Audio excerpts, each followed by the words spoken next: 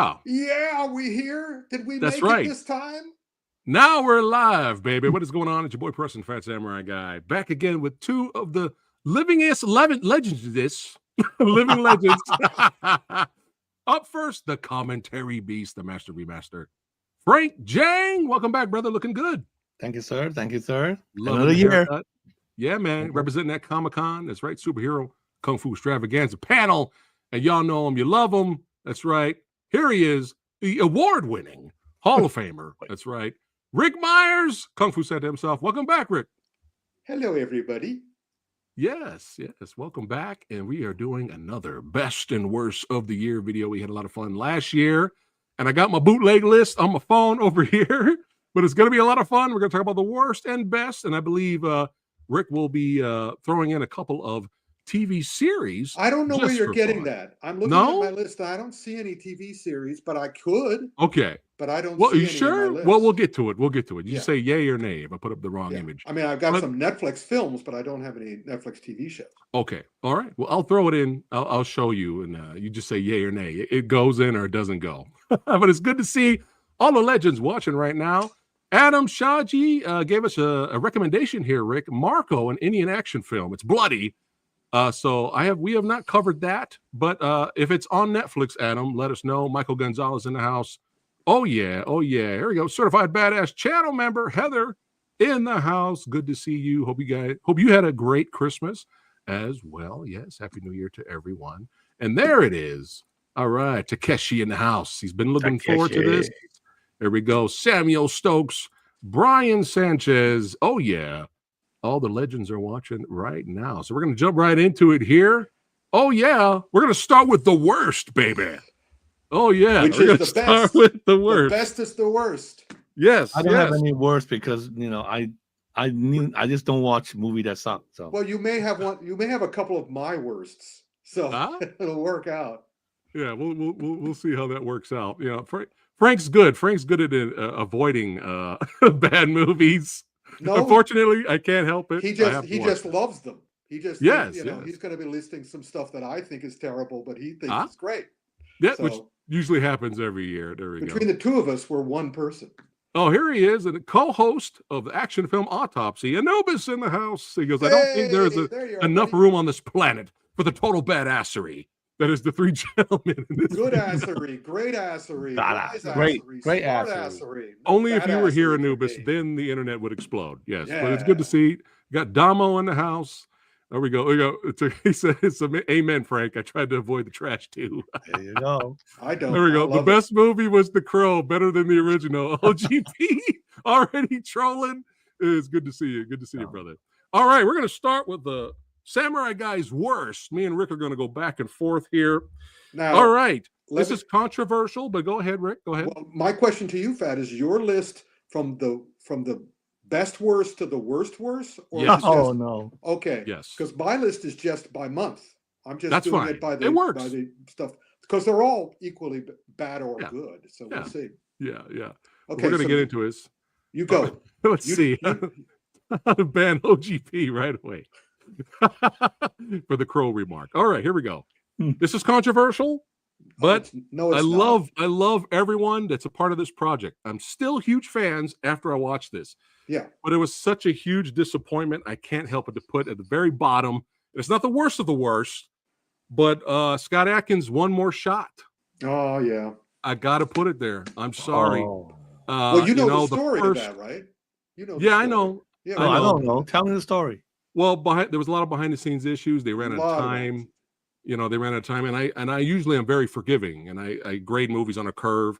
I just have to be honest. I was really disappointed. I hope, they'll, improve with the third film. But I mean, when you advertise Michael Jai White as the big baddie and then he disappears for the rest of the movie just to show up, hey, how's it going? I'm Michael Jai White. Just show up out of nowhere and have the worst one-on-one fight with Scott Adkins in history.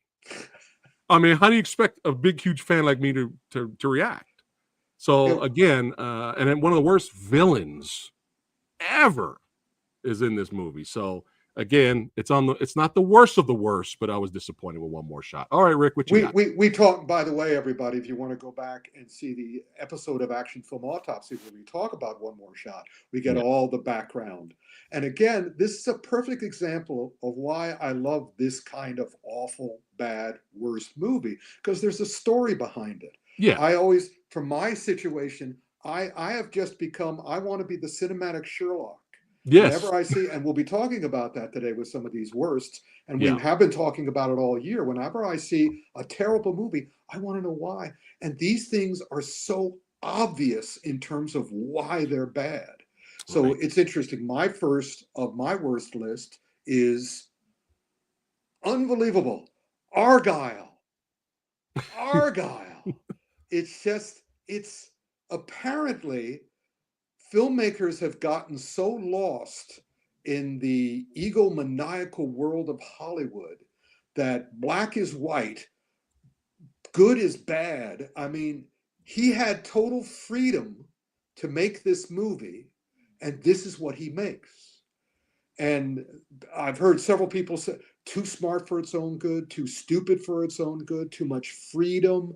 But it's one of these movies which I enjoy immensely because it's so ridiculous. But I'm able to watch the whole movie like, every scene is like, what? Yeah. What? Who let this through? But this is also showing that the industry is having some problems now, and they let stuff like this get through. So yeah, Argyle is a hoot. I even forgot that came out. I know. Yeah. Until you mentioned it, I totally forgot about the movie. It's Woot. It's worst hoot. It's the worst hoot. Woot. That's Argyle. Next on your list, Phat. Next on my list is my Lady Phat's a huge, big Three Musketeers fans. I mean, she likes a lot of the movies, old school movies, even the one with Gene Kelly was in. She's a big, huge fan of those. And they did a two-parter recently, and it looked epic. The first film had so much potential. It was violent, like the sword play. It was more drama than action, but the potential's there, and we couldn't wait for part two. Yes, and we were screaming for it to end. They set up a part three, and from what I'm hearing, it's dead. Not happening. It's dead. And it's got Ava Green in it. It's just got talented people involved, and it was so disappointing. Less action, and it just really fell off the rails, and we were like, well, so much for that. So yeah, Three Musketeers Milady part 2 is my next one. And I bet it's the same reason as your previous film.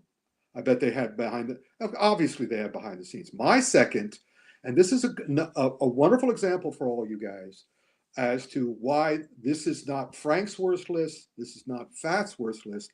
I think only this show, actually right, it is a TV show. I forgot. I thought of it as a movie, but it is actually a Netflix TV show. This would only be on my worst list because of my issues, and that is House o' Ninja. I don't call it House of Ninjas. It is. And by the way, just like my first, I was telling you, I was interviewed the other day, and the same problem with one of the problems with House of Ninjas was the same problem with my first martial art movie book. They insisted that I put ninjas in the title. And I said, by the way, if you are forcing me to put ninjas in the title, understand that the plural of ninja is ninja. So it should be House of Ninja. Right. And they went, well, I don't care what it should be.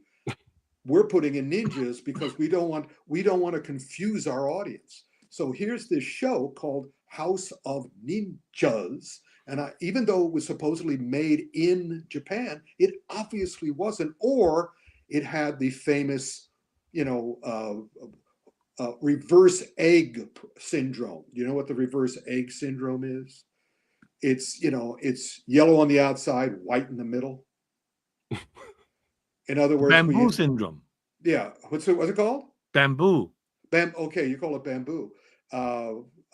So it's one of these things where it was obviously like the live action Mulan, which was one of the worst of, I think, last year or whatever year it came out. It was obviously had a bunch of white people who knew nothing about the subject matter, and let's just cater to that stupid ninja crowd. So this was not shot in Japan. Shot in where? Little Tokyo. No, it was shot in Japan with Japanese. Okay. But again, there were so many, and if any of our viewers have seen it, if you liked it, let me know, because I was just kind of like, I didn't watch that show like this. Like, I watched that show like, oh, every couple of scenes. Oh, Right. Yeah. because my best-selling novels of all time was my double tetralogy of the Ninja Master novels, which Yeah. sold 250,000 copies. So I went to Japan and researched Ninja, and I was very proud to be as part of one of the audio commentaries I didn't do with you, Frank, was for the Shinobi no Mona movie, because I know Rick You knows know Ninja. Rick know Ninja. Rick knows what kind of movies I usually like. Yeah. Would I like this series? Or even you think I would actually have some problems with it too, even though I like. Well, no, you never know, because basically my problem is because I know more about Ninja than they do. So you might dig it. You let me know. Okay. But there's so many better things. We're going to be talking about the best list soon, so there's so many better things you can watch rather than this. Okay. Next up for me, it's the most, I think at this point, the most highest viewed Amazon Prime movie. I think it was a huge smash. There's a lot of people that love it. I got a kick out of some of it. Some of it was entertaining, but it's so just utterly forgettable. As soon as you hit stop and turn it off, you may remember Conor McGregor in the movie a little bit, being Conor McGregor, but Roadhouse for me has to go here. And here's the thing. I am willing to separate my love and bias for the original and go in fresh and be like, all right, they're taking a property I love, I grew up with, let's see what they do with it. And I could see a couple of parts where the director was trying to do some things with the camera angles. But when your movie starts with Post Malone hitting a CGI person, not even a real stuntman, he's hitting a CGI person. And when you have green screen used behind the amazing martial artists and stuntmen and performers, you're taken away. It's like, come on, man, we're here for the fights. Now there's some good hits. There's some good moments. There's one good fight. Yes, I agree. And but the love interest was terrible. It's so boring and bland, and I just did not give a shit. When you take out the personality that the original had, whether you like the original or not, you remember the original. You remember lines from the original. Pain don't hurt. You remember all that stuff. You remember Sam Elliott. You remember him ripping the throat out of one of the villains. You don't remember anything. And I'm going to come back to the exact same thing I just said to another movie that's on this list. Well, go ahead, Rick. I didn't think it was as bad as you, but this is how I watched that. I watched that like this. The opening, again, like so many things I've seen lately, the opening fight is good. His first fight in the Roadhouse. Yes. Was humorous and smartly done. So I was saying, this is going to be great. Came, I think, 40 minutes, 45 minutes into the movie when we finally got a good fight. Yeah. And but then the rest of it fell apart. Next on your, mine. It's your turn. Terrible one. Mm-hmm. Well, of course. Basically, I should do this as a triple feature because it was a triple feature. But my next one is in order of release, Madam Web. But also Morbius, and also what's the latest one? Craven. I might as well put them all three together, although they came out at different times during the year. But basically, they were all Sony sort of going. Sony, whoever's in charge of this aspect of Sony, it is very clear that they have Kevin Feige and the filmmakers of John Watts. The filmmakers of the Spider-Man trilogy, they have them on speed dial. And while they were making these three movies, every day on speed, they would call up Kevin Feige and John Watts and the other guy who worked on the Spider-Man stuff, and also the animated Spider-Man ones too. And they would do this. They would be up on FaceTime, and they would look at each of them and do this.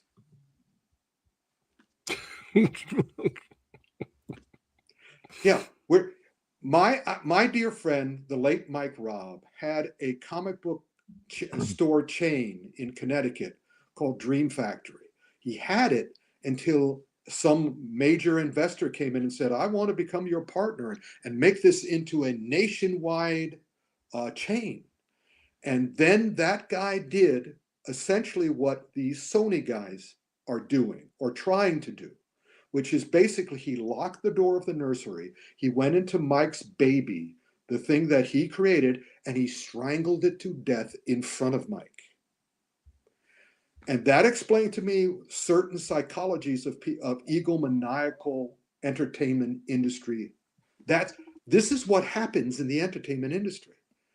And you look at Madame Web, and especially Madame Web, you can see clearly that it was sabotaged in the editing room and in the sound room, it turns out. So I said, there's no way they did this by accident. All the people I knew in Hollywood when I was working out in Hollywood always said, oh no, it's just all sorts of other things. No, you guys are doing this shit on purpose. Mhm. For whatever reasons you're doing it.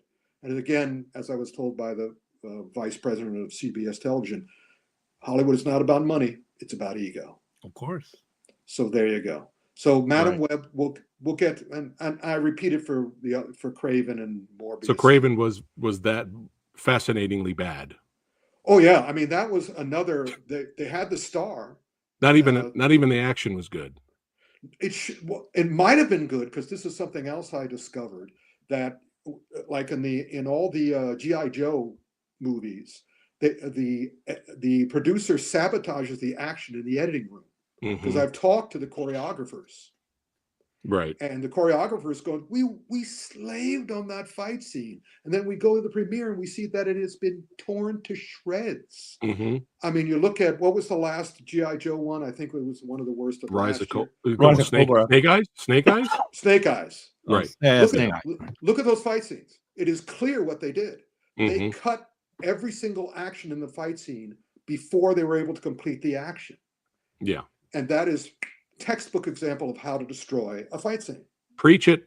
And it was choreographed by Kenji Tanigaki. I know. So I know. Be that as it may, we're hyping back. Do you think the fact that Craven was a bomb basically means that they're not going to choose Aaron Taylor for James Bond?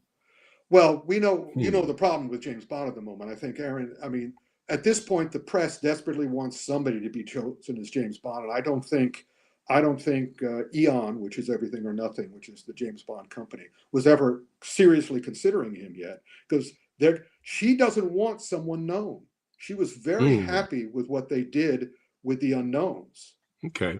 So I think that they're going to go for an unknown when and if they can do it, because Sony is acting like, not Sony, who is it? Amazon, MGM is acting like Sony. All right. Next on your hit parade. Next on mine, I know a lot of people enjoyed it and loved it. I was just yelling end.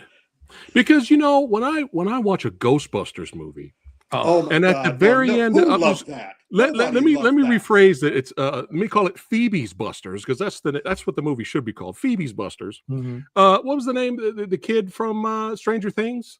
Hey, we're just gonna stick you up in the attic for the whole movie and just hang out with Slimer. We got nothing for you to do.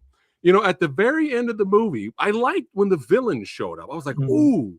This is gonna. I like the villain looked cool in Frozen Empire. I'm like, oh, this is gonna be all. Oh, this movie's over now. Oh, yeah. I was like, as soon as he showed up, they defeated him immediately, and I knew we were in trouble when all the old guard show up, all in the Ghostbusters outfits to fight the villain at the end, and they even put Janine for the first time ever. They made a big deal about it. Janine's in the Ghostbuster outfit just to do nothing. Yeah, yeah. Also, and I was like, well, I'm done with this franchise. I'll just stick with the old school. Right. And also having this final confrontation at the entrance, at the, at the building, it could have been much more grander. It could have been on a rooftop or whatever, like some landmark place. But no. Well, I knew we were in trouble. I mean, I love the original Ghostbusters. It's one of my favorite movies. And so I've been watching these degenerate. And this one I thought might be, because again, they had a great cast. They had everybody back together again. And then in the very opening scene, where Paul Rudd and the family are driving around New York in the mobile and just making witticisms while they're threatening people's. I mean, they're driving like maniacs. There's not a serious line of dialogue, and also the moment where I sort of said, I think this is being produced by people with slasher movie mentalities, because they didn't make this to be good. They made it to see what their audience, how much shit their audience would accept. Because It's funny they you mention purposely that, made because this bad. something There's a comes later moment. on my list. Yeah, Go ahead. there's a they make Nanjiani, Camille Nanjiani plays a character, and there is Bill Murray, one of the greatest comic personas and one of the greatest improv guys of all time. And Camille Nanjiani goes, "We're going to die. We're all going to die." And I looked directly at Bill and said, "Come on, Venkman, say what you should say." And what Venkman should have said was, of course we're going to die. Everybody dies. Yeah. That's why we're fighting ghosts, because the ghosts are proof that there's something after death. I mean, that's the easiest, most logical thing, and also a Venkman thing to say. Mm-hmm. No, I mean, Venkman basically looked at the camera and said, "I'm getting money for this. Fuck you guys." Yeah, so that's mine. And one more last thing is, we had it felt like 10 minutes with Winston trying to convince Ray, "Hey man, we're old. We don't ghost bust anymore.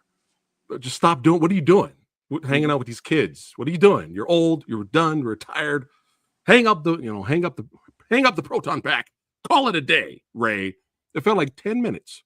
Awful. And then literally we segue straight to the end of Winston running in, dressed up to fight ghosts. Oh, Jesus. Let's stop talking about that. My next is the fabulous, one of the most original, inventive, worst movies of the year. A movie where they had to work hard to be worse than the original, and that is Rebel Moon 2. Is this the theatrical and the director? I mean, theatrical. Is this the extended version as well? I'm with Frank on this one. I would not go out of my way to see the extended version, because once you see the non-extended version, this is what they chose to do with the non-extended version. So basically, it's kind of like, all right, so I'm going to watch the extended version to see this guy masturbate longer. I mean, it's shake your head like, wow. I mean, yeah. And Frank, you hated Rebel Moon too, right? You didn't like it. No. Or you didn't even watch it. I watched part 1. I didn't watch part 2. And you were done. You're lucky, because 2 was worse. All right. Go ahead. Next up, I have, you mentioned it already. Really quick, Madam Web for me. Right. That's on my list. You did your Sherlock Holmes, behind the scenes on the Action from Autopsy, and I was listening to you, and I was like, wow, this makes a lot of sense. And then knowing that and still going in to watch it with an open mind, I was like, oh, so you're going to show us these girls in the trailer in their outfits fighting crime, and then when you watch the movie, oh, it's just at the last 2 minutes of the film. That's it. They didn't do anything. I was so like, why did you show? Like, it was such a cock tease. It's such a clear example of filmmakers having no respect for their audiences. It's kind of like, superhero people must be assholes. Science fiction people must be assholes. Right. Comic book people must be assholes. So this is good enough for garbage. Yeah. By the way, when I was working out in Hollywood in the 80s, these guys would just say this stuff at the cocktail parties. Yeah. Thankfully, there's enough other people who don't listen to them, but apparently there's a lot more still left. Right. Yeah. Yeah. So it's definitely fascinatingly bad. Yep. Especially with all the ADR scenes. I mean, you could totally tell. They keep showing the back of the villain's head, and he's spouting off like 5 minutes of dialogue. And there's another thing that's very important to me, because again, when I worked out there and when I was on the sets in England and all the crew members are great. all the crew members are amazing. So the fact that the editing can be bad and the ADR can be bad, that means that has to be somebody above the line who's insisting, because the guys who work in this, the sound guys and the editors, would not allow this to happen. And they must have been sitting there crying as the producer is going, no, do it. Do it. Fuck up the ADR. Make it look fake. Make it look bad. Yeah. So yeah, I feel terrible for them. I hope they can take their names off. All right. It's your turn, Rick. Oh, that's right. Well, speaking of a production crew trying to see just how bad their audience will accept things, The Acolyte. Oh, Started okay, started Yeah. promising.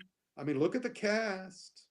Look at all those lightsabers. Let's all do, come on, everybody let's pick up a pen and let's do the lightsaber scenes. Let's do the lightsaber scenes. That's it. Ooh, lightsabers. Does any of it make sense? Not at all.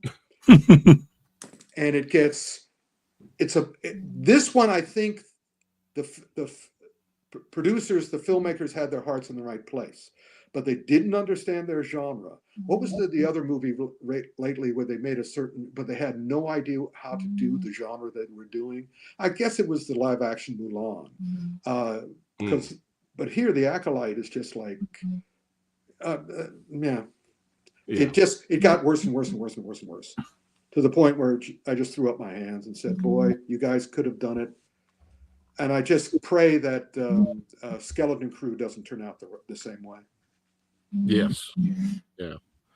Somebody told me they enjoyed it. They watched Skeleton Crew. They hit me up, sent me a message. They said it was like Goonies in space. It's good. Yeah, it's Goonies in space, and it's also Stranger Things in space. But also, they have to nail the landing, because the thing is that all these Disney shows just keep fucking up the landing.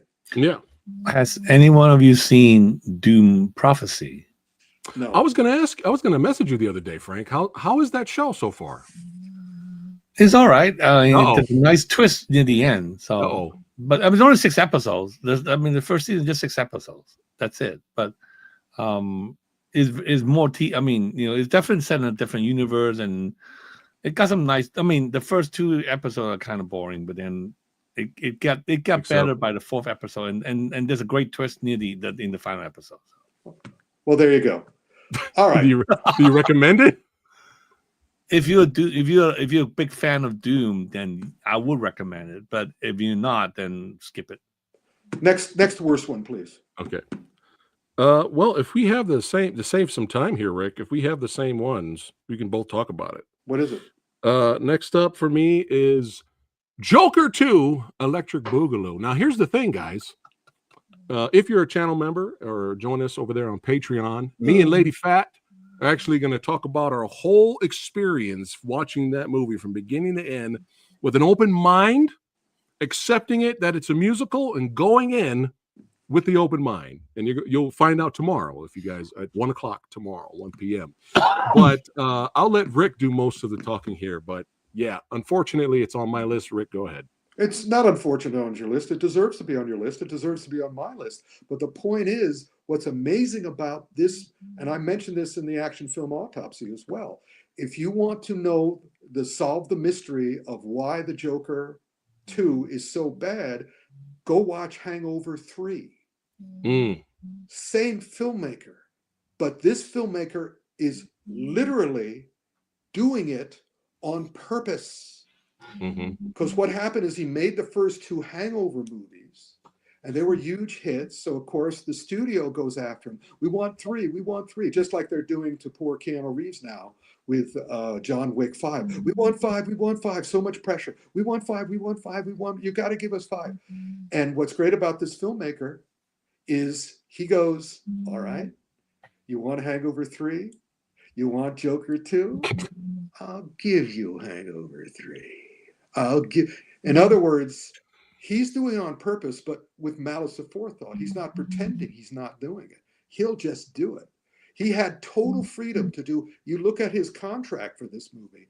He did what he wanted to do, and what he wanted to do is screw you, screw you, screw you, screw you, screw you. I mean, in other words, I was excited when it was a musical. I love musicals. And then he said, well, guess what, Rick? I'm going to make the worst imaginable musical. And yeah, there you go. So in that respect, I respect the film and I admire the film and I love the fact that he did what he wanted, and he succeeded in alienating every possible fan of this film. There won't be a Joker 3. Oh, will there be? No, it was a big bomb. So, well, if he has the contract that says that they can't do it without him, there won't be. But if he doesn't have that contract,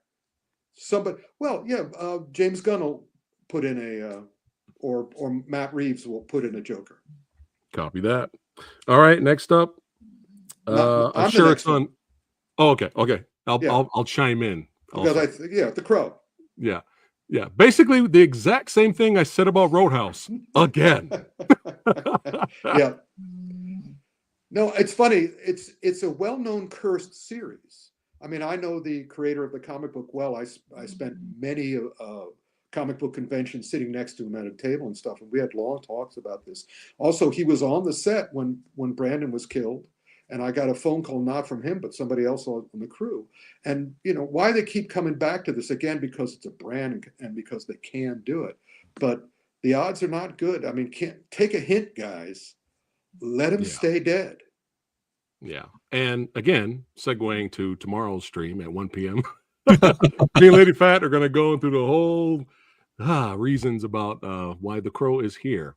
Again, giving it a fair shot, Absolutely.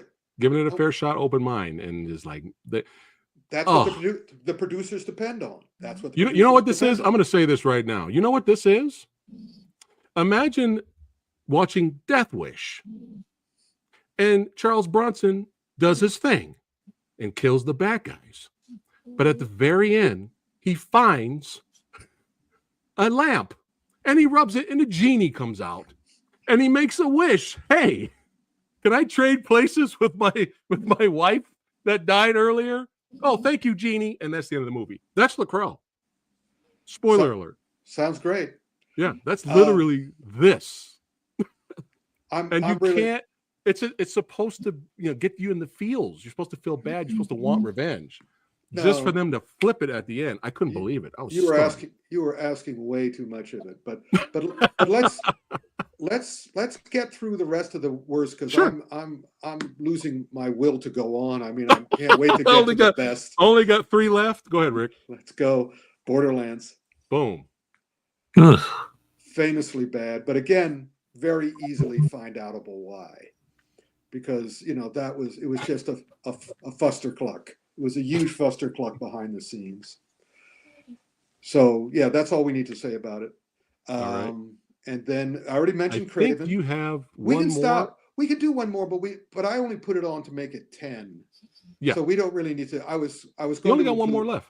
Yeah, I know. I was going to. I will include Armor, the Sylvester Stallone movie, but not because it's terrible. It's just because it's not that good. It's not the worst thing I've ever seen. It's a good example of what happens now. Producers, after the pandemic, after the strikes, these actors need money. They've got to do something, because some of them. I mean, Stallone is famously known for burning the candle at both ends monetarily. So he needed money. This is clearly. People, I mean, I've heard critics go, "Why did he do this?" He did it for the money. Yeah, and the less he can do, and it's basically a one set movie inside of an armored car. But we're already giving it too much credit. I've just slapped it on there in order to make 10 of them. Let's get off of the bad stuff and onto the good stuff. I got 3 left. I'm going to speed run all 3. Go speed run. All right. Go. The remake of Salem's Lot can go fuck itself. Take your time. I'm going to go to the bathroom. I'm an old man. Okay, go to the bathroom. You just keep Salem's Lot. Terrible. You can stop when I come back. Terrible. And I have seen the original. I have seen the miniseries with Rob Lowe. I have seen the sequel. And now we have this new remake, and it's terrible. It's horrible. It's really, really, really, really bad. Salem's Lot is that one, and Rick knows I'm a slasher fan, even though Rick hates slasher. Rick hates slashers, but Rick likes smart slashers. He likes if it's smart or tries to do something different. Rick will be okay with slasher movies. But you guys know I'm a big, huge Friday the 13th fan. I'm not an expert, but I'm a big fan. You guys know I love me some slashers. But In a Violent Nature is my number 2 worst movie of the year. I'm sorry. It is. I hate this movie. By the end of it, I was screaming, and I was screaming, and I was flipping off the TV. And this, again, this is my genre. But In a Violent Nature is absolute trash. It should have been a 15-minute short film. And they extended it for whatever the fuck, how long it is. But yeah, In a Violent Nature is absolute trash. And now there's a sequel coming. Oh no! Are you kidding me right now? There's a sequel coming. I have a number 1, but I'm going to wait till Rick comes back because Rick will laugh at my number 1. But let's go to chat right now. Oh, he's back. Okay, here he is. Oh, thank you, Anubis. Jesus Christ. Yeah. Yeah. I just destroyed a film from the slasher genre, Rick. So I hope you're happy. I hope you're happy. But I saved my number 1 for you, Rick. Oh, he's just putting on the headphones. I saved my number 1 for you, Rick. Oh, come on. My number, because just to see you laugh. My number 1 worst movie of the year, 2024, is Wages of Nothing. What? Wages of Fear. Oh shit! The remake. Yeah. They remake Wages of Fear into an action movie, Frank. Oh my God! It could have been great. It could have been great. It couldn't even entertain me. It couldn't even be a dumb action movie. Yeah. Wages of Nothing is my absolute worst movie of the year. My God. It's my worst movie of the year. You guys will watch it and be like, well, it's not that bad. I already saw for me, but for me, I'm just talking about the audience watching. Oh, yeah. For me, who was blown away by Sorcerer, loved the original Wages of Fear, and I was like, oh my God, they're making an action movie of Wages of Fear. And our boy from those movies you recommended, Rick, was also in the movie. Yeah. Lost Bullet. Yeah. So I was excited, and nothing happened in that movie. It is trash. Number 1, worst movie of the year. Even he has come out and said that was awful. I'm sorry I'm in it. Yeah. Thank God. Thank God. Man all right, of my heart. Come on. All right, now the good stuff. For the best of the year. Are we going me, Frank, you? How you want to do this? I don't know. What do you want to do, Frank? Doesn't matter. You want to just go through your whole list? You're the boss. You're the boss. Okay. Go ahead.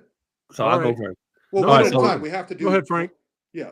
Best of the year. Frank. Okay. So best of the year from 10 to 1, of course. Yeah. Number 10, Gladiator 2. Now, it's not a great movie, but I'm just glad that he made it because nobody else make a movie like that anymore. He's the only one that can still. He's the only one that can still make a movie like Gladiator 2. So as much as it's not as good as but look, this is not even on, definitely not on the same level as the first one. I still enjoy it. I still am glad I saw it. And the action seems outrageous, which I kind of like. It's almost like Ridley Scott saying, you know what, I'm almost, I'm gonna die, so fuck it. Let's make it as outrageous as possible. So I enjoy it. I thought it was good. I like the final confrontation. If you've seen it, you know how the final confrontation is actually not at the stadium. So not at the Coliseum. So that was good. So that's interesting. Number 9. Beekeeper. Oh, wait a minute. No, we're doing it one at a time. We're not doing it. Oh, okay. All right. Doing your whole list. Okay. Because now I get to talk about that. This is a perfect example of what I was talking about. Gladiator 2 is not on my worst list, but it's one of the few movies I walked out of. Wow. What? You walked out? Oh yeah. Wow. I was with a friend. I mean, I drove me to the movie theaters. We both sat down to watch it. Of course, the movie theater fucked up. The movie was supposed to start at 5:30. It started at 5:40. I had to keep walking out into the lobby going, hey! And then the movie started, and that was really bad casting. The guy who stars in Gladiator 2 is just like hollow. This movie was no center. Of course, Denzel is great, but Denzel's in another movie. Mm-hmm. Yeah, I mean, he's in a movie. He's in what was he's like in Roman gangster, you know. yeah, what was the movie he made that got the Oscar for? Training Day? Training Day. This was Gladiator Training Day with Denzel Washington. I mean, and then the fighting too was there weren't any. It's not like they had experts from the Ben-Hur with Charlton Heston where they studied how they fought. Here it was just kind of like blah, blah, blah, blah, blah, blah. But anyway, so this is a great example. That's one of his best. It's one of my honorary mentions for worst. All right, who goes next? Phat, you go next, or I go next? I'll go next. Okay. Number 10 for me for best is The Beekeeper. Really enjoyed it. That's mine too. That's my first best. Yeah. Yeah. Really you say enjoyed why that you one. yeah, go ahead. Oh, we had a great versus episode with the Beekeeper versus Transporter. Make sure you guys check out that episode. But it just took me back. I watched a lot of action and martial arts movies. There's a lot of movies I missed this year, but some of the ones that I came across, it had everything I wanted in it, but there was always something there annoying me. Something would pop up and annoy me, and it kind of bothered me throughout the film. But Beekeeper, I didn't get any of that in terms of like ruining the movie. It was satisfying. I was in the theater like, I'm satisfied. Like, yes. I didn't feel like I wasted my money. This is the movie these guys wanted to make. It was very clear that Jason Statham, he was a producer on this. It was one of the first films from his company. And it was clear that it was the movie he wanted to make. And one of the things I've loved about Jason all along, he's just one of the few guys who will be on a set, and it doesn't matter whether it's with Vin Diesel or The Rock or whatever, and they say, well, now do this. And Jason will go, no, I'm not going to do that. I'm going to do what I want to do. I'm going to do what I do. I'm not going to fake the fighting for you. It's going to be the way I fight. And Beekeeper, this is one of the most solid. I love it that it's called The Beekeeper because it's like the ultimate 2024 B movie. But it's B plus because the fighting is excellent. It gets better. Usually the first fight is the best fight in most of these, Jackie Chan type movies now. Even in Roadhouse, the first fight was the best fight. Here, the fights build. It builds and builds and builds and builds. The last fight is the best fight, but all the fights have been good. And they also have this one, and Jeremy Irons is in it. I'm going, why is Jeremy Irons in this movie? And that's because of Jason called in a favor, but also Jeremy Irons saw his dialogue scenes, and the final dialogue scene between him and Jason is the whole raison d'etre of the movie. They have a conversation in a hall outside of a door before Jason goes in to take on his big boss, and they give you the message right there. Jason Statham's not going to waste time seeding a message in. He's just going to tell you, and tell you in that wonderful voice of his. It's a crackerjack movie. There's absolutely nothing wrong with it. Frank.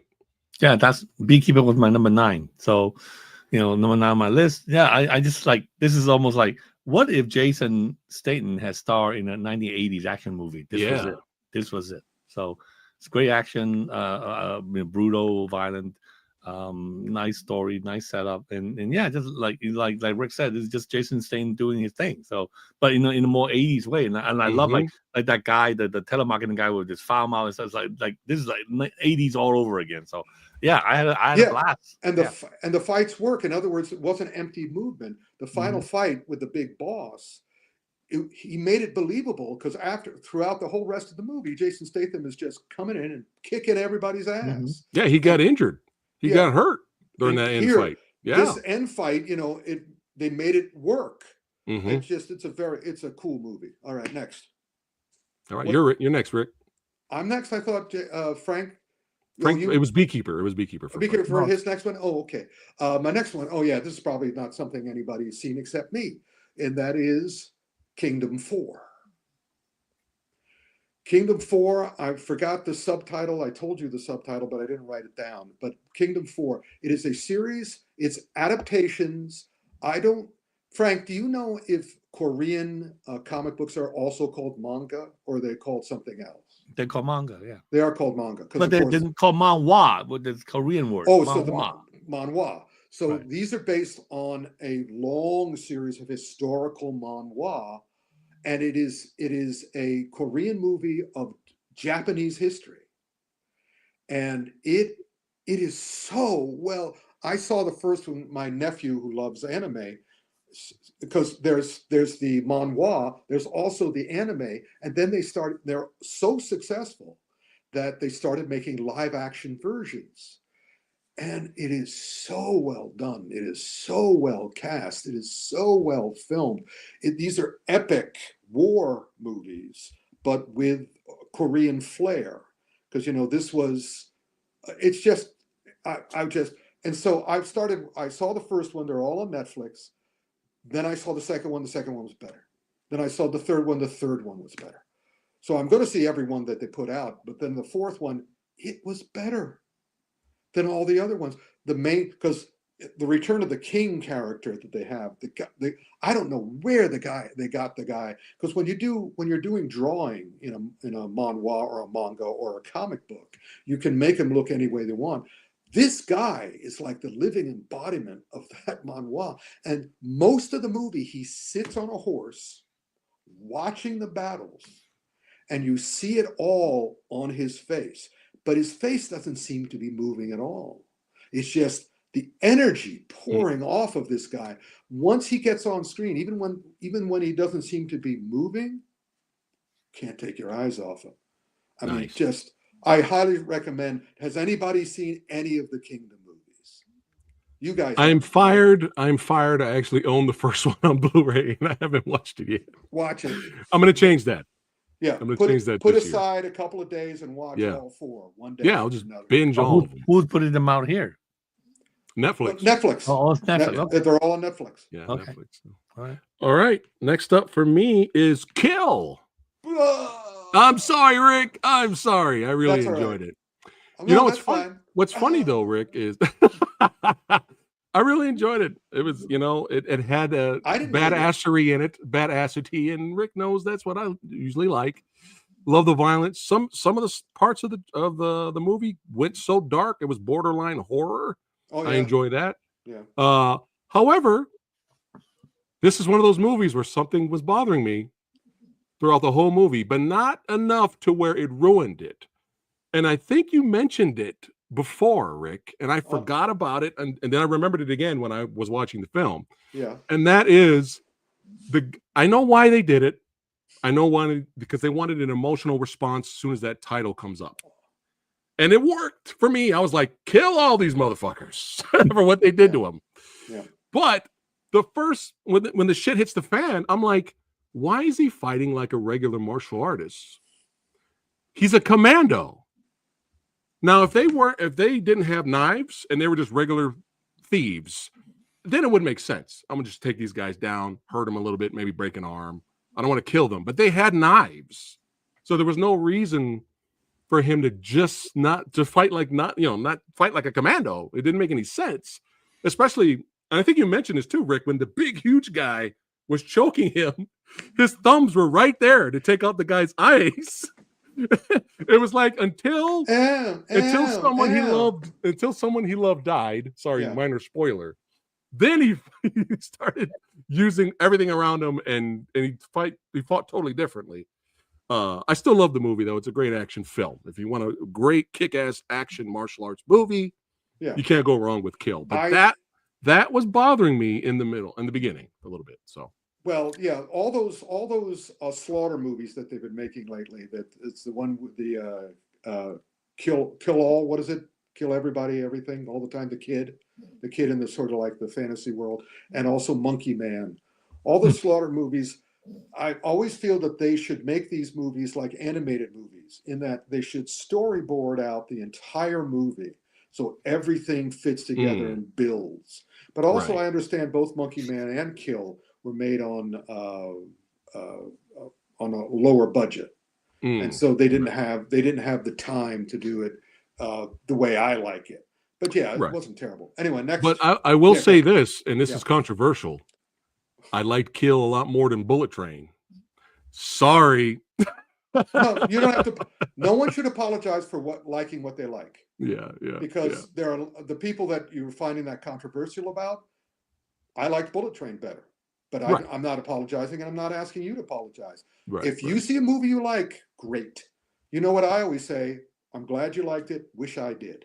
Yeah, check it out. Check it out, guys. I recommend Kill. All right, Frank. Yeah. So since we talked about these two Indian films, I might as well mention that there's only one movie on my disappointment list, and Monkey Man was it, and Kill was what Monkey Man should have been. Wow, this just popped up right when you said that. Yeah, yeah. No, I had high hopes for Monkey Man, and when I went to see it, I was very disappointed. Oh yeah, the other one, I remember the title, Boy Kills World. Right. That was also another that got like Argyle. That got way too clever for its own good. Right. I mean, Monkey Man is a decent movie, but the fights are just not what I thought it would be. And went way too short. I mean, like that group fight was so good, and then he had to cut it short. It was like, why did you cut it short? Well, I can tell you why. Because they ran into all sorts of production problems. I mean, they drove at full speed straight into the pandemic, and that just sort of smashed them. Right. So yeah, they were lucky to get that one done at all. At least I can understand why it turned out the way it did. Right. But I guess I bought into the hype, so I was disappointed. Gotcha.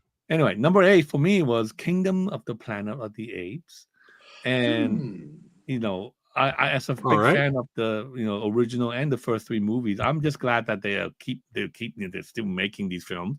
The effects are getting better and better.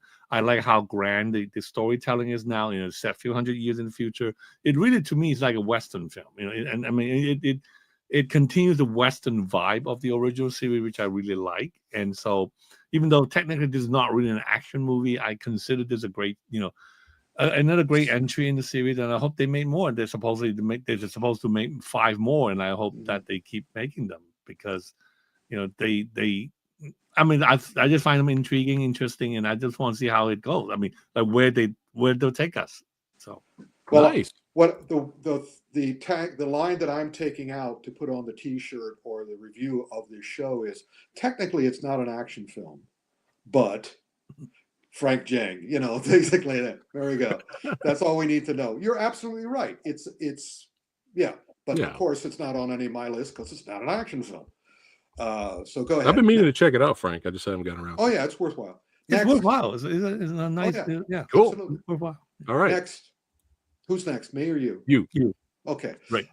Well, here we go. I'm sorry. I keep on. Oh no, I did have one before I was going to get to another television show, and that is 1% Warriors. Speaking of an action film, in other words, as a film, it's held together with Scotch tape, but as an action film, it is really cool and it's very much a Tak Sakaguchi movie because he challenges himself and his audience with every movie he tries to make. He always tries to do something different. And here, again, it grows and grows and grows. He keeps on putting, he's starring, and it's, the plot line is because he's playing an action star. It's all woven, but the fights just keep on he keeps on putting problems in his way and he keeps solving the problems. And that's through action. And it's just, so of course, I loved it. I mean, I didn't even have to, it was kind of, it's like Tak Sakaguchi's Fast Forward to the Fights film. Because that's the way he made it. He made it so he fast forwards to the fights, and it's very, very interesting.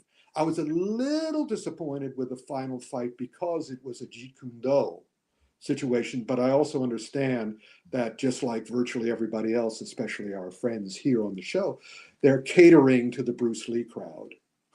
So that is his style, though. I mean, that's that actor's style. Yeah, exactly. It is that actor's style. But it also makes sense for Tak to put him in the movie because you want to get the Bruce Lee crowd because they're the they're the most dependable ones. Right. Copy that.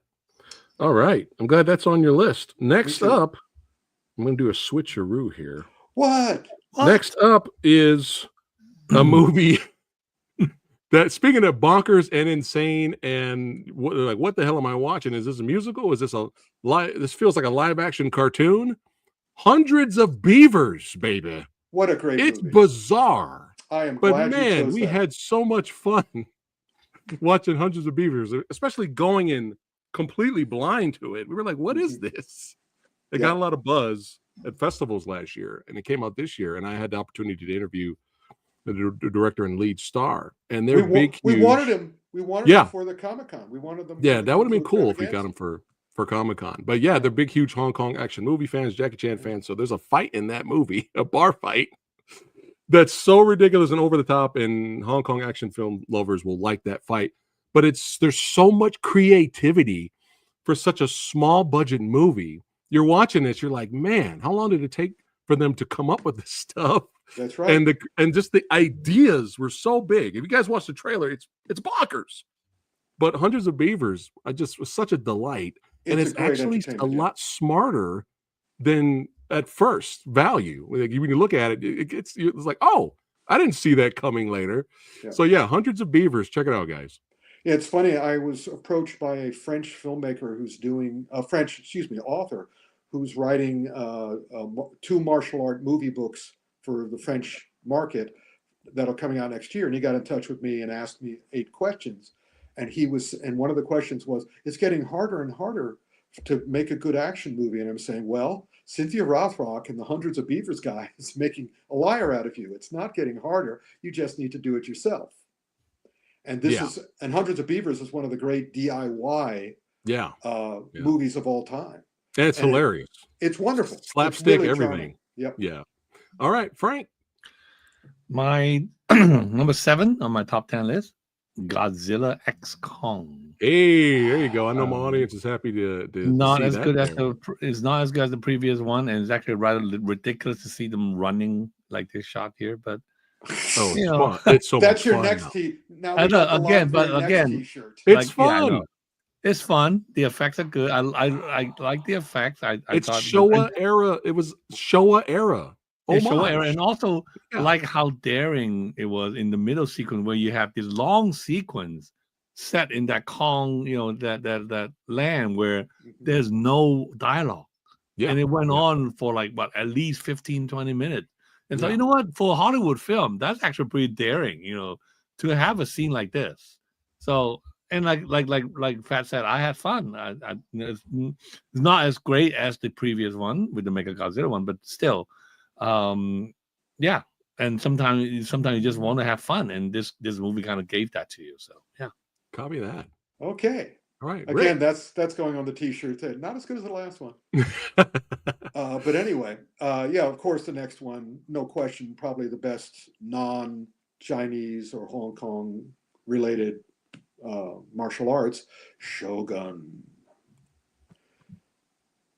It's just a great show with great people, done beautiful. It proves that Gaijin can make a reputable, exceptional Japanese action series. It's the best of that genre for this year, no doubt in my mind. Nice. It was incredible. Copy that. All right. Next up for me is Deadpoolverine. That's I had to go there. Yep. Brought back my boy Blade. We already gushed about it here on the channel. It's a lot of fun. It exceeded my expectations. We all saw it together. Yeah, that's right. Not me. That's right. Yeah. You didn't go to the theater, right? You didn't go to the movie. Yeah. But we were all there. Just a blast. San Diego Comic-Con, and we all went to the first show in San Diego. Yeah, you saw it before we did. Yeah. And we saw it a little bit later. But yeah, it's just Deadpool and Wolverine was a lot of fun, man. And, especially when you consider basically fun action, violence, comedy, and made fun of Marvel being bad right now. It's fucking brilliant.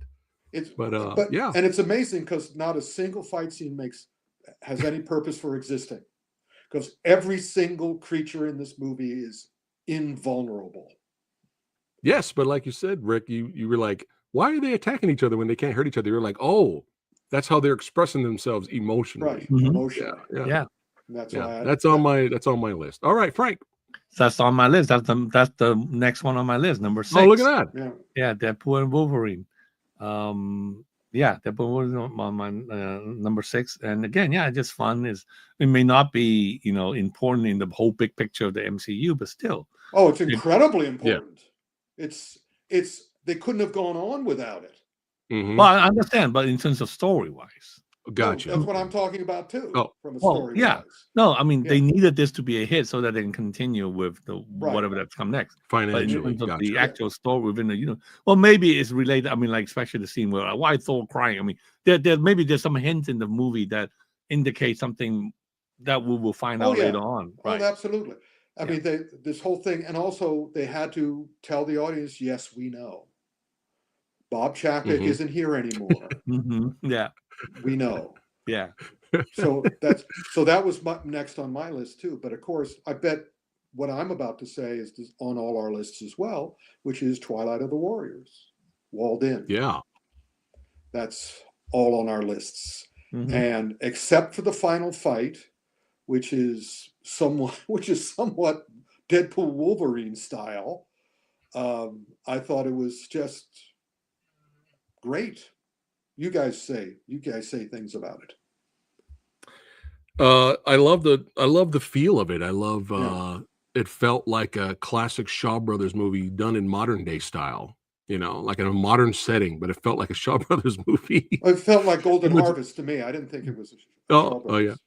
Well, I was thinking kid with the golden arm kind of stuff. Oh, okay. Like yeah. that. It That kind is of Shaw reminded me of Brothers. that. This But film is phenomenal. higher. Yeah, this film is high on my list, so I'm going to talk about it when we get to it. Yeah, me too. We'll come back to it. But nice pick, Rick. Okay. Next up for me is, let's see. I'm going to screw this up. Hold on a second. Dune Part 2. I finally got around to seeing it, Frank. Really enjoyed it, man. Good. Really, really enjoyed it. I was kind of surprised. A lot of stuff got wrapped up. I was like, oh, that character's dead. All right, that character's dead. All right. All right, cool. We're keeping it rolling here. But yeah, I'm excited for the third one. I like the fact this had more action in it. But I enjoyed the first one, and I dug the second one. Since I got you here, Frank, and you're the Dune expert, really, I have one question, and then we'll move on. So I enjoyed the Zendaya character. I liked her in the movie until I didn't like her in the movie, and then there you go, Rick. Just here we go. Just something's annoying me now, for the rest of the film. Why was she acting like? I understand, no spoilers here, but I understand her being upset for him doing what the choice he made with Florence Pugh. I understand her being upset with that. But earlier in the movie, she's like, "You need to do the thing. You need to do the thing," and he's like, "But I don't want to do the thing because a lot of people are going to die, and I'm going to lose you." And then he finally's like, "All right, you want me to do the thing? I'll do the thing." And he does the thing, and then what happens?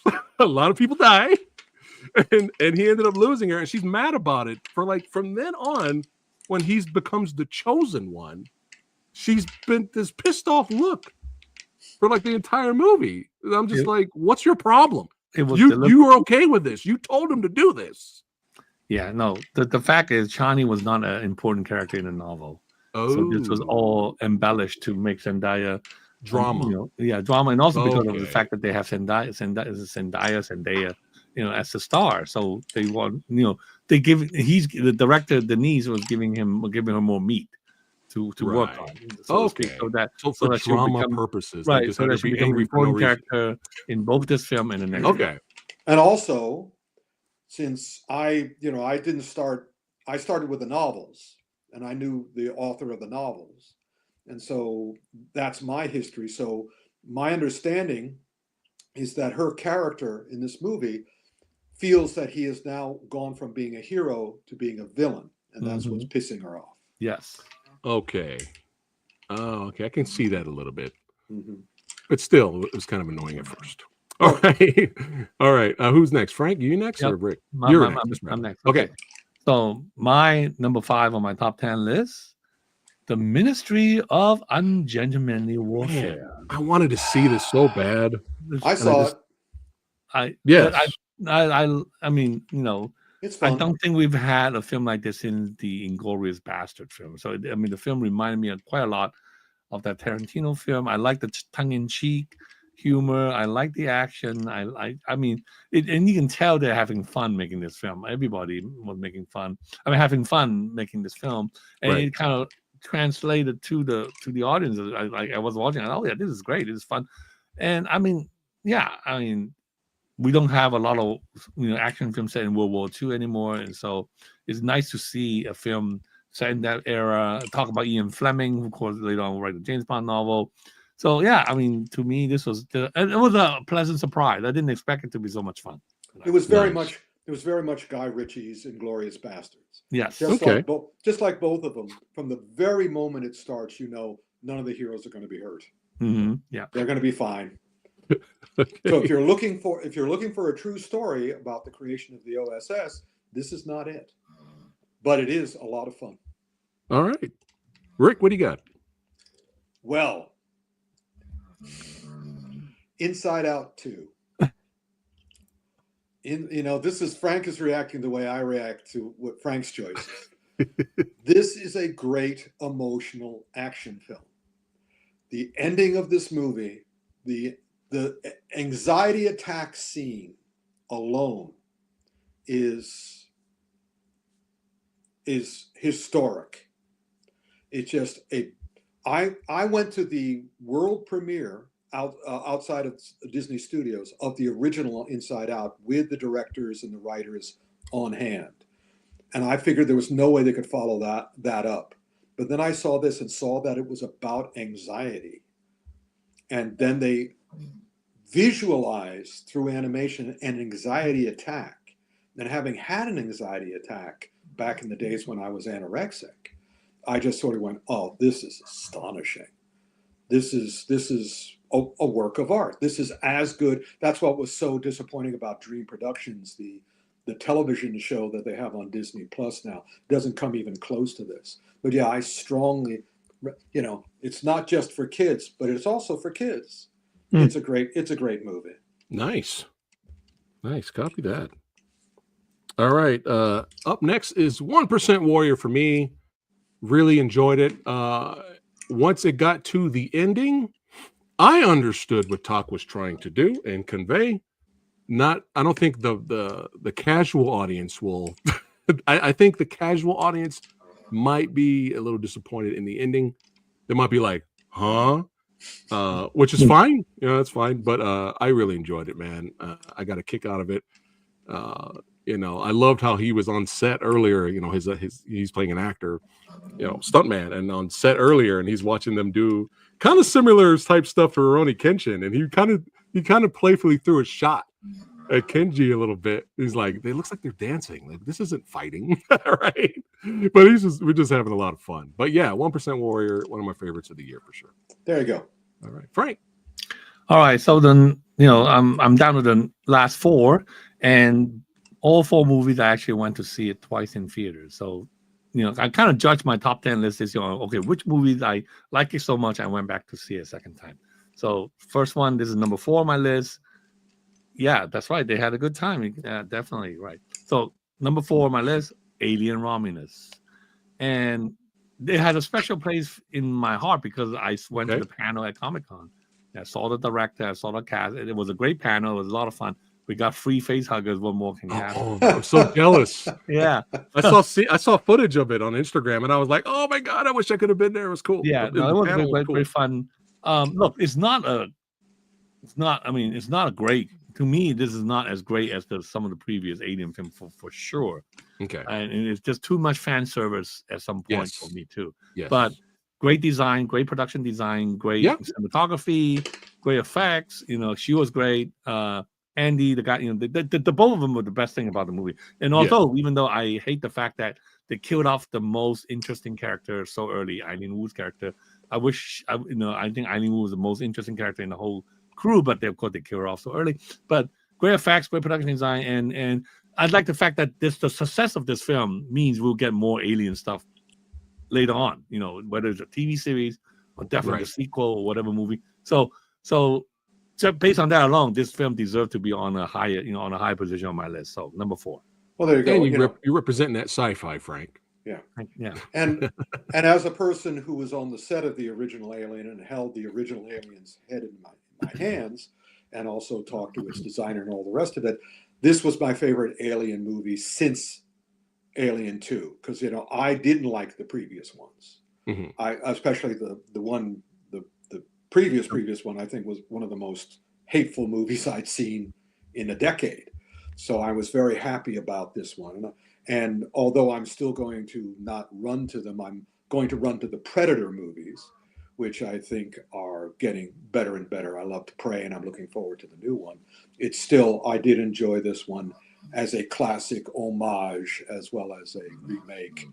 And yeah, great. Copy that. And if you want to know our thoughts, me and Lady Fatblood's thoughts, you got to become a channel member. Join us on Patreon. Yeah, I just want to say that whole the climactic final is just great. I mean, some people hated it. I thought it was good. It's a logical extension of who hated it. A lot of people thought the Offspring thing. The Offspring thing.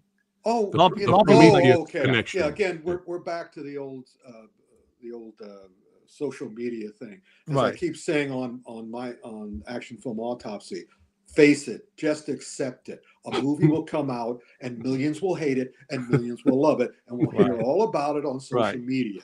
Right. But don't take any of it seriously. Right. I mean, some people hated the Offspring. I think it's fine. Again, like I said, the logical extension of what we've been exploring in terms of this world, this alien world, and the effects are great. The whole finale. And I've been waiting for the Offspring since the very first one, because that was one of the discussions I had with the creator of the Alien, H.R. Giger. He told me about the Offspring back in the original. So the fact that it showed up, I was going, yay, Giger, yay, H.R. Yeah. All right, Rick. Okay, my next. Yes, okay, sir. so after that it was Deadpool and Wolverine. Oh yeah, now here we go. This was such a for a long time, Netflix would give filmmakers money and say, do what you want. And I believe now, on the basis of this last year, that Netflix realized that that was a mistake.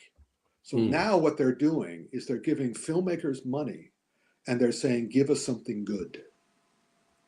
Don't do whatever you want, give us something good. And an example of that is Rebel Ridge. Rebel Ridge, I thought it was going to be another Netflix movie by the numbers. They established something from an action scene standpoint. And this goes back to the speech that I gave at the Walt Disney Company, where you need to make a great action movie, you need to make involving action scenes, not just generic fill time, empty movement action scenes. If you can take the action scene out of the movie without affecting the movie in any way, it's not a good action scene. And what he does here, their laws, his rules, is just they establish in the opening something that that our hero, Aaron Pierre, who's great, and I'm looking forward to all the rest of it. Don Johnson is also great.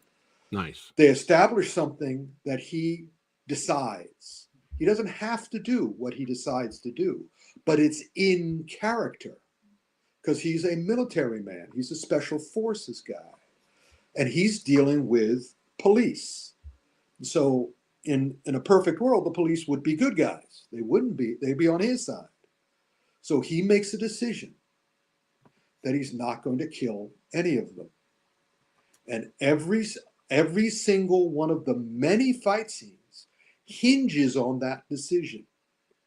And they design it in such a way that it was impossible for me not to be involved all the time. Oh my God, what is he going to do? How is he going to get out of this? Because the cops aren't like that. The cops are like, the Don Johnson character is going, we got to kill this guy. And so then it becomes a chess game. But also an action chess game. The picture that I gave you, no, I didn't give you the picture. I have the picture on my Facebook post, which is one of my favorite moments, is that Don Johnson points a gun at him. And there's a moment where he grabs the barrel of the gun and points it down. That's the message of the movie.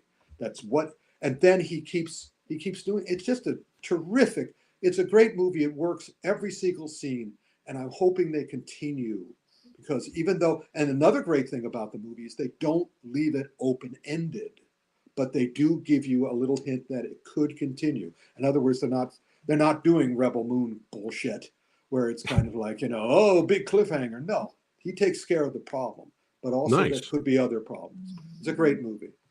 It's on the Strongly list. recommended. Yep. Copy that. Next. All right. The next one for me, I have not seen Terrifier 3 yet. So as of right now, this is the most violent movie of the year. The Shadow Strays. I'm putting it on course. there. Of course. There we go. Yeah. Which it may or may not be linked to the same world of The Night Comes For Us, which is a movie I love. It is. It is. Okay. Because it feels like it. So it has to be. But yeah, really, really enjoyed it. It has everything I love in it. It was a minor bump, Rick. It wasn't a da da da da da da da. Yeah. The minor bump is there was a few things shown in like a subplot of the character that we just met, right? And then that character gets killed off, and it was like, why did you even bother bringing that up? Because the person that heard the message dies later anyway, and we never returned to it. So I was just kind of like, what's the point of that? But I'm sure Timo's slowly world building here. Other than that, though, I want to see a sequel. I want to see more of the world. We'll see what happens. I really enjoyed it. It's not on my list because it's not as good as The Night Comes For Us or The Raid 1 and 2. Right. So it's kind of like, it's like, and also it's another assassination movie with a female lead who and the other thing was that in The Raid 1 and 2 and The Night Comes For Us, everybody is clearly doing their own stunts. Mm-hmm. She is not. Right. So it's like, that's why a lot of long hair down.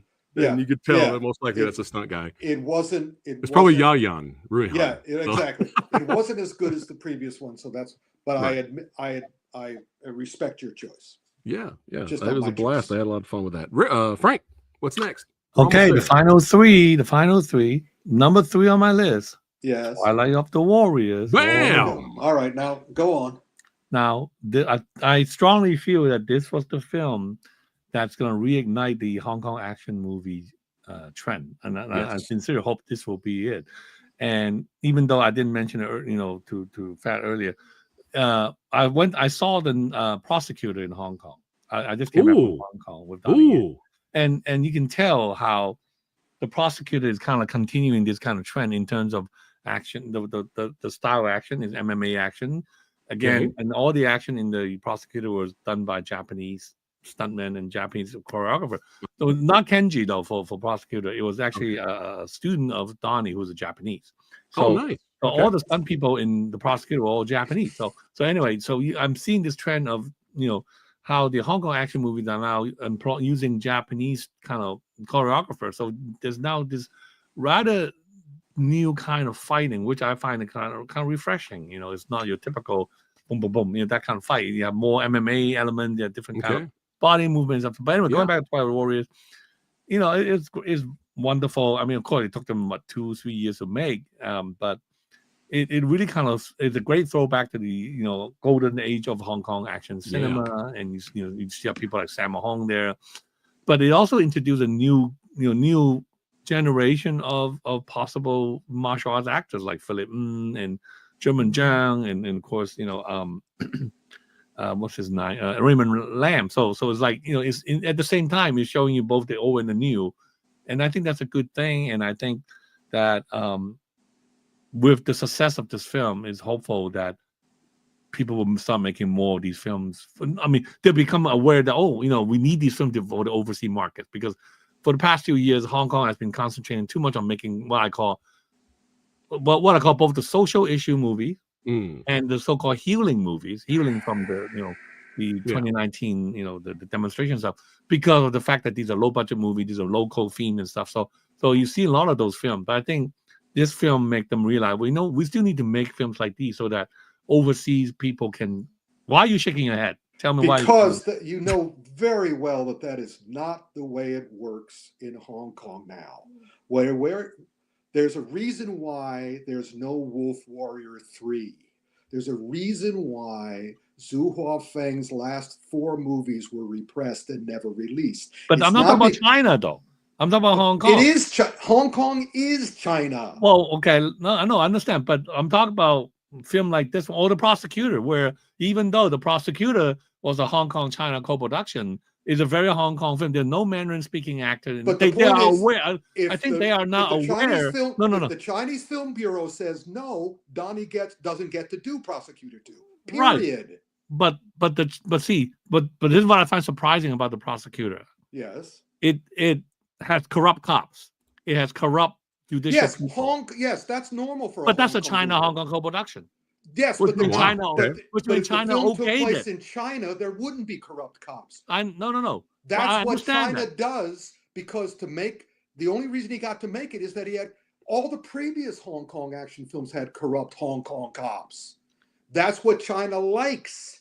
That's what they want to do. But I think that's also why this film is also successful in China, exactly for the point that you just mentioned, because China people saw this film that, oh my God, they're actually showing corrupt people, you know? But this is not the first movie that they've had corrupt people. Right, but lately they haven't been doing that. Right. Every time when they show corrupt cops or prosecutor, they always say this was during the colonial time. This film was set in post-colonial, post-hangover. It's almost like very, very sweet of you to hope that, but you're not dealing with the reality as it exists. But Rick, this was a huge hit financially, so they're going to do more. It's true in Hawaii, right? It's true in America. Filmmaking is not about money. Too. It's not about money. It's about ego, and in this case, it's about Chinese power. They don't care if it makes $1 billion. Wolf Warrior 2 was the most successful monetarily action Chinese film of all time. He said, we're doing number 3. And Chinese Film Bureau said, no, you're not. Well, but this is a little bit different. This is about judicial. It's not a little bit This is like righting wrong. This film is like righting wrongs. This is Donnie's version of righting wrongs. I hope you're right, but I'm happy to bet you. Really? His version of righting wrongs? No, bet what? Huh? Bet what?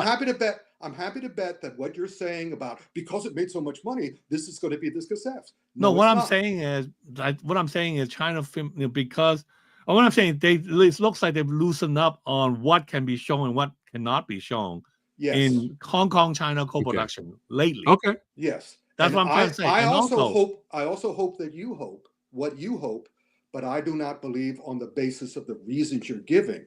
If it's in China's best interest, as they decide, and also remember, next year's San Diego Comic-Con Kung Fu Extravaganza is going to be awesome, because in addition to The Prosecutor, we're also going to have Eye for an Eye 2, and we're also going to have the number 1 on my best list of the year.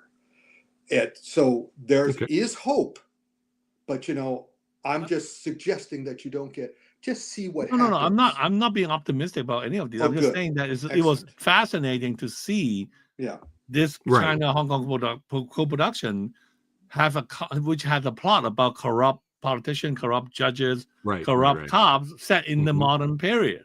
That's all. Okay. Well, yeah. Because before, in the previous, yes, it was in the co-production of the previous year, they always said this is during colonial time. It was before China, before 1997. Right. But yeah, I mean, this is a great. I mean, look, the drama side of this film is not that good, but the actions are great. But going back to Twilight Warrior, I'm just hoping that the success of Twilight Warrior and now The Prosecutor means Hong Kong will start making more action movies, and clearly also, when you watch The Prosecutor, you realize Donnie has learned something from John Wick 4, because this film has a lot of stuff that you say, oh, that's like from John Wick 4. The camera movement, the more sophisticated, the fight, the more sophisticated. It's a good thing. I'm just saying it's a good thing. That's all. Well, I'm hoping so too. But by the way, another reason why they're getting the Japanese, and another reason why that the streamers, like for Eye for an Eye 2, and all the Swordsmen and other things like that, are taking Japanese subjects, is again to avoid the Chinese Film Bureau. The reason they're doing, I mean, in other words, you can't recognize pure kung fu in any of this stuff. It's sort of like an amalgamation of Korean and Japanese and a little bit of other stuff. And they're also, everybody's spending all their time, like I said, here's my impersonation of somebody who lives in Hong Kong who's over the age of 20. They're always checking to see who's listening, because there's always someone there listening. And this is my impersonation of somebody under 20. Don't want to know. Don't bother me. I'm going to keep walking forward. No, I Rick, think they are aware of Yeah. Donnie's potential. I mean, I think they knew that Donnie is a sell overseas because of John Wick, because of Star Wars. They don't There's care actually a about great- that. No. I'm just saying that they seem to be more like this film is like almost like, okay, Donnie, you can do your thing because you Donnie Yen. You know what I'm trying to say? Right. Yeah, because Right. because they know he can always move to America and do John Wick. Well, do Blind Swordsman 3, 4, Yeah. 5, 6, 7, 8. Yeah, I understand that, but Yeah. please, I'm begging you, Frank, don't think it's because it's successful. They don't care about that. well, I It's was the all one that said political. that. It's not So. monetary. Yeah. Well, Frank, I think we have come a long way though, because remember when Donnie Yen's Raging Fire came out several years ago, they were like, "This is the last of this kind of movie." You remember that? Everybody was saying that. They're like, "We're not going to get a movie like this ever again." Mm-hmm. So there's some improvement. So I guess Frank's just celebrating the small wins, Rick. Yeah. Right, And Frank? all I'm saying You got to is that- celebrate the wins. Right. Don't Not only that, attribute but to- also the fact that even though this, like I said, even though this is a China co-production, there's no mainland Chinese actor in this film at all. All Hong Kong actors. That was what surprised me also. Because normally they require you to have a mainland actor. They require somebody to speak like they must have a mainland actor who speak Mandarin on that. None of this happened here. So Yeah. And do you think that's I'd love to know why you thought that happened. In other words, the Chinese said, yeah, you can do this as long as you don't have anybody from the mainland in it. no, but that was supposed to be a requirement for Hong Kong China co-production. At one. Oh, So, well, not so anymore. when did they loosen up? I don't know when. I didn't know that. Well, I know they're loosening up. You can see that from the streaming. They do so many streaming movies. There's traditional kung fu films on streaming more than mainstream. Or more traditional. Yeah, there are the Tai Chi Master and other things. But Frank, it's all right. Celebrate the wins, baby. Twilight of the Warriors. Celebrate those wins. But it's never about money. Yeah, celebrate the wins. The fact that that's out there and who's people next? are enjoying it. That's all that matters. Okay, just so you know, I have 10 minutes. Okay, we're almost there. Rick, go ahead. Go. No. Frank, you want to do your last two, Frank? Yeah. Okay, I'll do my last. You only two have 10 minutes. Okay, go ahead. Okay, go for so number 2 on my list, Furiosa. Boom. Furiosa again. It's not as good as the last one, but hey, that's your ongoing. That's my ongoing disclaimer. That's my ongoing, Not as good as the last one, but still. He's still making this film, and I'm so glad he's still making Mad Max film. Sadly, it didn't It's do well great. enough for him to do another. Right, sadly, this film did not do well enough to do another, but she was great. The action scene, whatever action sequences we have are great. World building is great. Nice to see Richard Norton in there, and the set design, cinematography, even though it's a little bit too much CG as a places, still worthy entry. I know we're probably not going to see Wasteland now, but hey, at least we got this one. So there you go. All right. So what's your last one? Number one was the one that actually initially I didn't like. Dune 2. I remember when I first saw. Oh, that's right. You were a little negative on it at first. Yeah, when I saw the first time, I for some reason I didn't like it that much, and I thought, well, this is not as. I guess it's because I like the world building on the first one so much that here, because like I mentioned before, they set up the story, set up the characters. Now it's almost like going through the motion, and I thought, this is not as good as the first. But then I saw it the second time, and that's when I changed my mind. That's when I was able to appreciate the grandeur, the action, especially that final confrontation. And I remember when I saw that final confrontation the first time, I thought, this is kind of like a whimper sort of thing. But then I watch it again, and oh wow, this all makes sense now. This all ties in with his idea of the Messiah, the prophet, and all that stuff. And it is great, and that nice little cliffhanger of ending. So yeah, I can't wait to see part 3, or I guess they're going to call it Do Messiah. So yeah. Yeah. Well, before you go, let me tell you my number 2, because this is the movie that gives me hope for the future of kung fu films in China, and that is 100 Yards, which I have not seen, unfortunately. Yes, you should see that with all speed, because it is. Zhu Wafang, who did The Final Master, and this is just pure kung fu.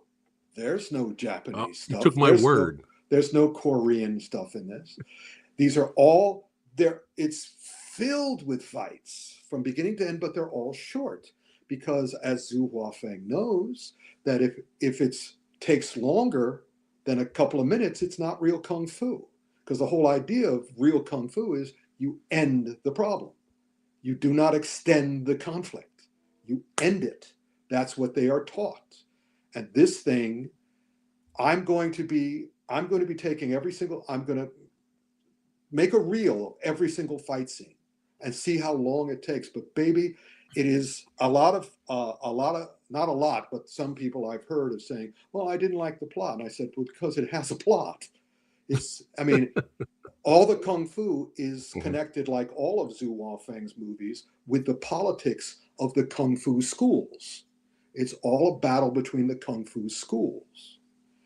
And each one, and filled with weapons, filled with actors, women fighting, old, young, men, women, and it's all real, actual kung fu. How do I know? Because every time I watch it, I see something else. I see something new. I see something different. Oh, I didn't catch that the first time. And also, he's not slowing it down for anybody. Mm-hmm. If you sort of go, what just happened there? I'm saying, good, watch it again. Watch it again. Watch it again. It's like a magic trick. Real kung fu is like a magic trick, except it's actual real, because magic tricks are real too. It's just you don't know what just happened, but these guys were taught. It's an exceptional movie. That gives me hope for the future of kung fu. But the concerning part of it is this film bombed in both Hong Kong and China. So even but you're thinking about the money again. No, not the. I know, I understand. But then, if this film is not successful over there, how can he make another movie like this? We'll see, because again, for these guys, it is not about money. They want to progress. If they have a reason, they didn't let his last 4 movies come out. They let this one come out. So, and the question for me, I don't care about, again, I know Hollywood is not about, I know Hollywood and Asia, not about money, it's about ego. But I also know that Haya has 100 yards.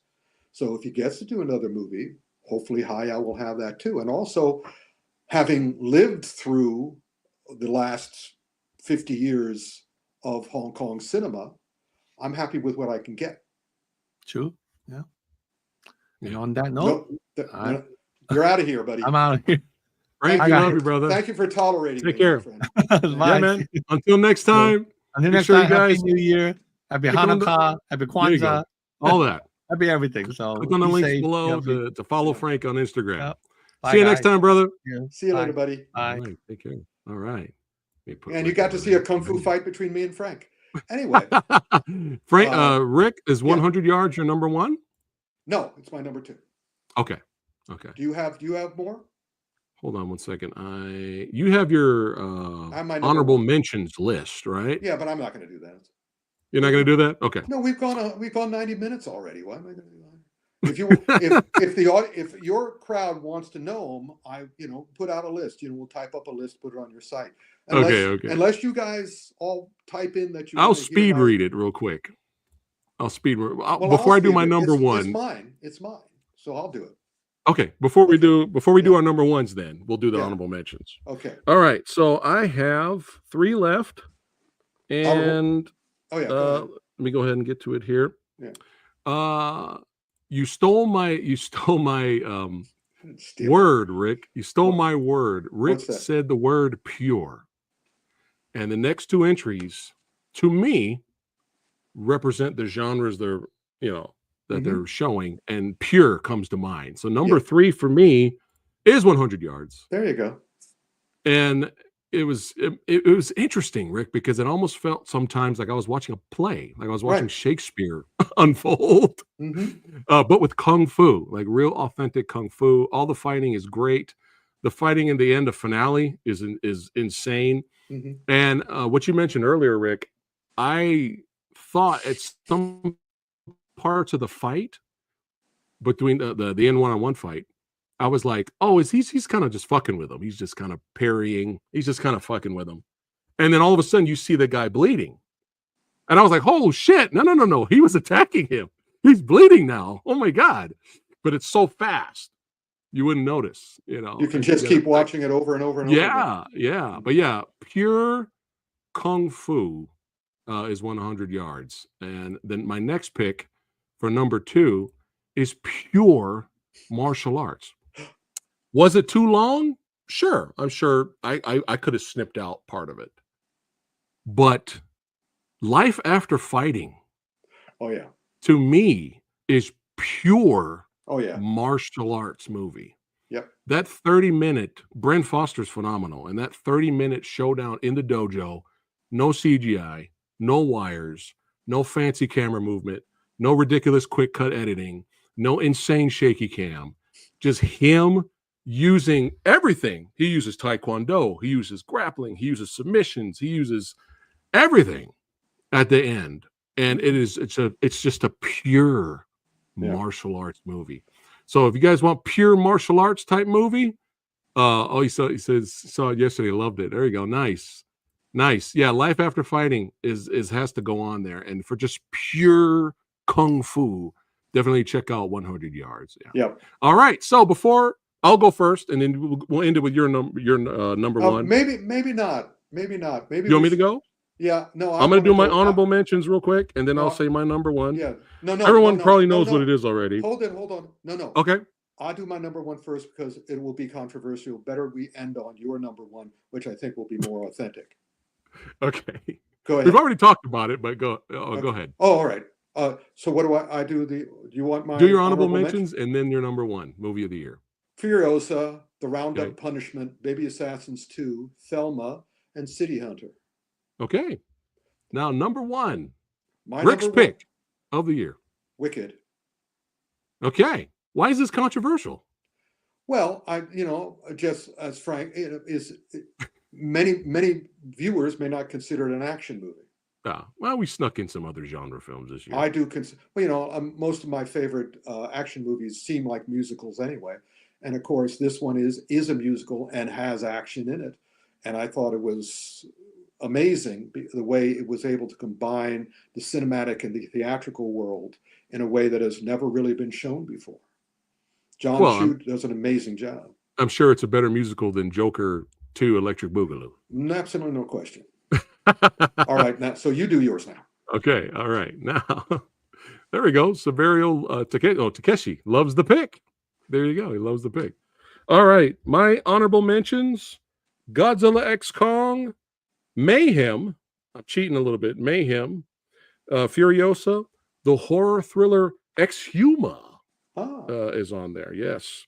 Roundup Punishment, got to represent Don Lee. And Boy Meets World is on my honorable mention. Boy Kills World. Did I say Boy Meets World? Yeah, you said Boy Meets World. Boy Kills World is another of my honorable mentions. It would have made my top 10, but something was bothering me. When the big reveal happens, damn it. God damn it. I couldn't stop. I couldn't stop getting bitten by the compi from The Lost World. And it kind of ruined it a little bit. But still highly recommend it. It's fun. Definitely check it out. Boy Kills World is on my honorable mention. All right. I know everyone's dying right now. What was it? What bothered you? I don't know. I may or may not do a video on it. Number one now. Number one. It's cliche. You may say it's generic to pick it, but I just can't help myself, and I have to pick. If I can find it here, hold on. More suspense. It's cliche. There's already people out there saying it's overrated. They didn't see what the big deal was, but it just really scratched the itch. It had everything I wanted in the film, and it's Twilight of the Warriors. Right. Well, then, is my number one. It's my number one. Who cares what other people say? Yeah, fuck them. Yeah, exactly. but yeah, it just. I mean, Samo is what, in his 70s? He's 70, right? I think. Oh no, he's older. He's much older than 70. He's in his 70s. He's in his 70s. He's in his and you would never 70s. notice. You would never know. Yeah. He was that old because he still threw down. I love Kenji's fight choreography, the mixture with Sammo Hung's team. That's right. You know, I love how it went Venom's territory, kid with the golden arm in the end finale fight. Yeah. You know, I felt something. I know Frank said it's not really an emotional connection, but I felt something when you see what happens to Louis Koo's character. Mhm. You know, and this is Philip Ng's best role. This is his best role, in my opinion, in his career. Like, he really was over the top. So, you know, I'm going to be honest. Life for Fighting was right here. Life for Fighting almost beat Walled In for me, but I gotta, you know, I just had Well, a that's because blast. you're badass. Yes, that's right. But yeah, Twilight of the Warriors, waited 2 years for it, and had so much fun. That's my number one movie of the year. All right. There All you right. go. All right, guys. There you go. Latin has to watch it. Now, that Thank wasn't you. so bad, was it? No, it wasn't so bad. We got a little, had some fun with a little back and forth between Frank and Rick, which is what happens sometimes. Yeah, it's the But we best. have fun here. You know, that's Yep. what it's all about. And Rick, Mhm. brother, Yeah. we had a great year at San Diego Comic-Con, the Kung Yeah. Fu Extravaganza panel. I'm looking forward to next year's. And hey, all you badasses watching, thanks again so much. That's right. We're putting up the fireworks now, baby. We're saying it now. Happy New Year. That's right. Happy New Year to all of you that have watched the channel over the years, have supported me and Rick, supported the Action Film Autopsy. We love you guys. Thank you so much for subscribing and becoming a channel member and Patreon and supporting us that way. We really appreciate you guys. And we'll see you next year, baby. That's right. We'll see you next year. And love you guys. And hey, all of you badasses watching after this is live, put in the comments below your top 10 best and worst of 2024. I want to check out those lists. So put those in the comments. Thank you so much, guys. And see you next year. And we'll be doing another. I'll be back for Action Film Autopsy. We'll get Anubis to join us on that one too. So, all right, guys. Love you. Keep watching them Kung Fu movies, baby. Represent the martial arts movies, the horror films, the sci-fi, all that good stuff. And don't forget, tomorrow, join us at 1 p.m. Pacific time. Me and Lady Phat Blood are going to be talking about Joker 2 and a lot of other movies that we've seen in detail. So it's going to be a lot of fun tomorrow at 1 p.m. Love you guys, and take care, and see you on the next one.